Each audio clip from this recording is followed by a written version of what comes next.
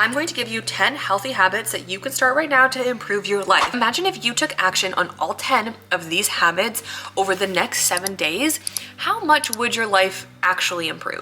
Okay, number 1 is to prioritize joy. Throughout your days and weeks, prioritize the things that bring you the most joy. The hobbies, the habits, going out for walks, video games, movies, whatever it is that brings you joy, schedule it in. Get excited about those things again, please, because we are going to need joy now more than ever. Number 2 is to wear the clothes and accessories that make you feel the most confident and happy. Stop saving things for special occasions. Wear the jewelry, wear the outfit, wear the accessories that genuinely make you, even thinking about the outfit right now, if it brings a smile onto your face, wear it. You can even wear it more than once. As Lizzie McGuire said, be an outfit repeater. Number 3 is to gamify your workout. So if you struggle with being consistent with an exercise routine, or you just don't like doing any form of exercise, make it a game. And it can genuinely be just dancing around your living room. It could be running up and down your stairs. What I've been doing is I made little cards that I shuffle and I have to pull one 15-minute workout out of the deck, and I have to do that 15-minute workout. I know what they are, but I don't know which one it's going to be for that day. So it changes it up a bit, right? I gotta trick myself into doing it.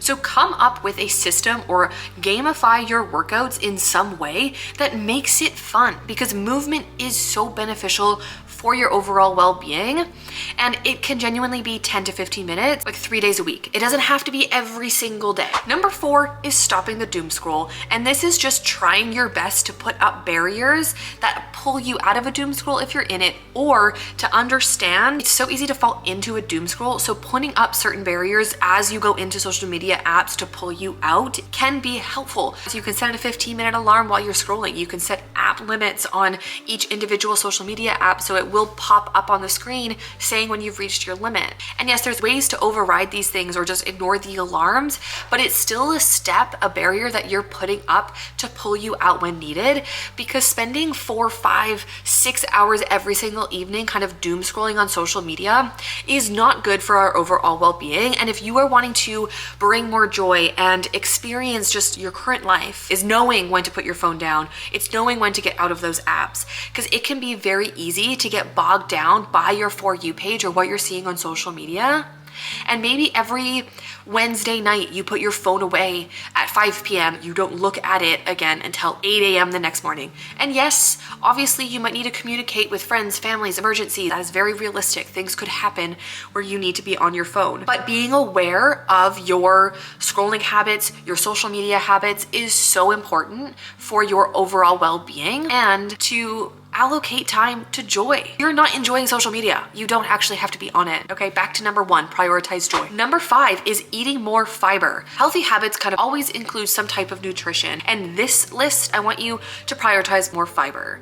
And this could be through your fruits, your veggies. Adding things in that have more fiber in them can just help you feel better in general, because human beings do not get enough fiber just in general. And if you break down your nutrition into kind of like small minor habits that you slowly start building, it's going to accumulate into kind of those bigger goals. So if right now all you focus on is how much fiber you're getting in each of your meals and trying to hit a target of like 20 to 30 grams of fiber a day, then that's going to be your goal. Start small. Number 6 is breath work. And I love this one because breath work, 1, helps circulate oxygen through your body, but it also gets you out of your head, your overwhelm. It can help you regulate your nervous system. And for all of us overthinkers or really anxious girlies, breath work is such a good habit to have. And it's a tool you can use over and over and over again. So if you are really overwhelmed by an email or a call or something that's going on with work, you can take 5 minutes, do a breathwork exercise where you inhale for 4, hold for 4, exhale for 4, or inhale for 8, hold for 4, exhale for 8, and just slow things down, focus on your breathing. It is such a good habit to start utilizing because it's a technique to help calm yourself down and to kind of regulate your own emotions so that you can stay in the now and you just can calm your body down. Like I use it all the time. Like when I'm just so overwhelmed and in my head, I realize that I haven't taken a deep breath in so long. So it's literally like, let's do it together. Shall we? Inhale for 4.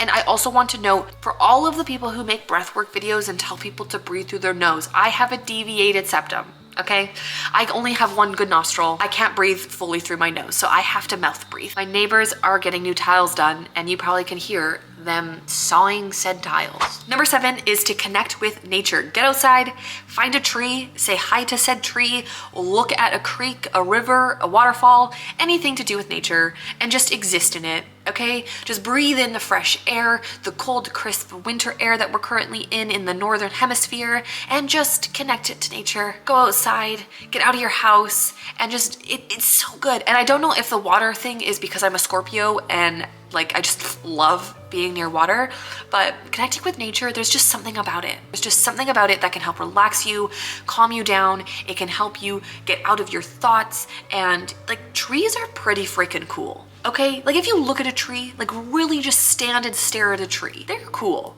Okay, I like trees. Number 8 is to work on expanding your skill set, your knowledge in an area that you might not know anything about.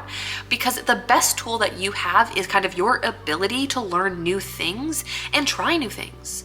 Because what happens, like especially for us, I mean, I'm 30 now, but for those of you who are in your early 20s or you're just finishing up high school, university, and you're trying to figure out your life, the reason why high school or university feels so slow is because your life is broken down into semesters or classes or weeks, and those are constantly shifting. So in university, you have a 13-week semester, and your life is condensed into that 13 weeks of assignments, deadlines, all of it.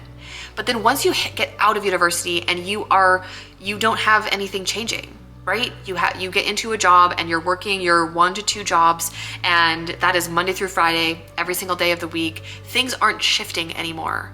You're not living in a 13-week time span, you're working in a 40-year time span. And that seems daunting, annoying, and irritating because it is. But the way that you can combat that monotony, that like rat race, is to add in new things. And so this can be through listening to podcasts, setting time, 30 minutes twice a week where you sit down and you start taking notes on a subject, or you start watching YouTube videos or following content creators and creators that are talking about the subject you want to get to know. Because the thing is, you can choose how to spend your time. 5 hours doom scrolling, or half an hour of learning something new and 4.5 hours of doom scrolling. You can break it up. Number 9 is to make time for your relationships and friendships, especially if you're somebody who maybe you're not the best at reaching out first. You forget to text somebody back and it's been like 3 days. Make the effort to show up in your relationships, and this is a skill. If you're not good at communicating, this is something that you can work on and get better at over time. And what you want to do here is get in the habit of, when somebody texts you or asks you a question, what is the system that you need in order to respond either right away or to notify you that, hey, there was a text message that came through, I got to respond to it? Do you have to make a note, set an alarm on your phone, repeat in your head like 10 times that text this person back, text this person back, text this person back? And obviously you might miss things or get distracted, and it's not going to be a foolproof plan. But if you are wanting to have deeper connections, build a community, you need to be willing to make that effort. So what you can do right now is reach out to a friend that maybe you haven't talked to in a bit. Just say, hey, how's it going? You can maybe make plans with somebody and be like, do you want to go for a walk here? You're getting out into nature. You could do a bunch of combos of these all at the same time. Be an active participant in your relationships. And this can be with your friendships, your siblings, your family, your partner. And then number 10 is, when in doubt, dance it out. Music and movement are so beneficial to your overall well-being. What I want you to do here is make a music playlist on whatever app you can. And it is music that makes you feel so happy and so excited. And when you listen to these songs, you can't help but smile and sing along and dance around. Make that playlist and have that readily available to you, so that when you are overwhelmed, when life gets in the way, you can put that playlist on when you're getting ready in the morning, when you're making your coffee in the morning, on your commute to work, because it is filled with joy and it makes you happy. And then you can dance it out in your living room, pull a Meredith and Christina and do a 30-second dance party when life gets crappy and overwhelming and too many things are going on at once. You can put on your playlist and just dance. Shake it out, move, whatever it looks like for you. Because one, it gets you out of your state. Sometimes we're like locked into the doom scroll, just like sitting there and like you literally can't break it. But if the alarm goes off that says, okay, you're done, and you combine that with getting up and dancing, and it can literally just be like shaking your body, you're going to be changing your energy and the movement around you, and it's a way to get out of that stagnant, stuck moment. So those are the 10 habits that are going to help improve your life. But I want you to remember that habits were once tasks that you've done so often, so regularly, that it just becomes normal in your day-to-day routine. And so right now, if you're wanting to implement a new habit, it's going to have to be a task first. It's going to be something you put on a to-do list or mentally prepare to do it each week, each day, until it becomes your norm. And if you want to build these habits, you have to start taking action as often as you can. In the beginning, it will feel kind of forced and uncomfortable, and you're gonna feel weird for a bit. That discomfort means you're growing. You're pushing yourself outside of your comfort zone to learn something new. And I want you to take this moment right now and imagine if you stuck to the habits that you want, the habits that you crave. If you did this for one day, a week, a month, how would you feel? Where would you be? What's your mindset gonna be like? What is your confidence level gonna be like? There's something currently in your day-to-day that you're like, ugh, I want this to change. I feel stuck, I feel gross.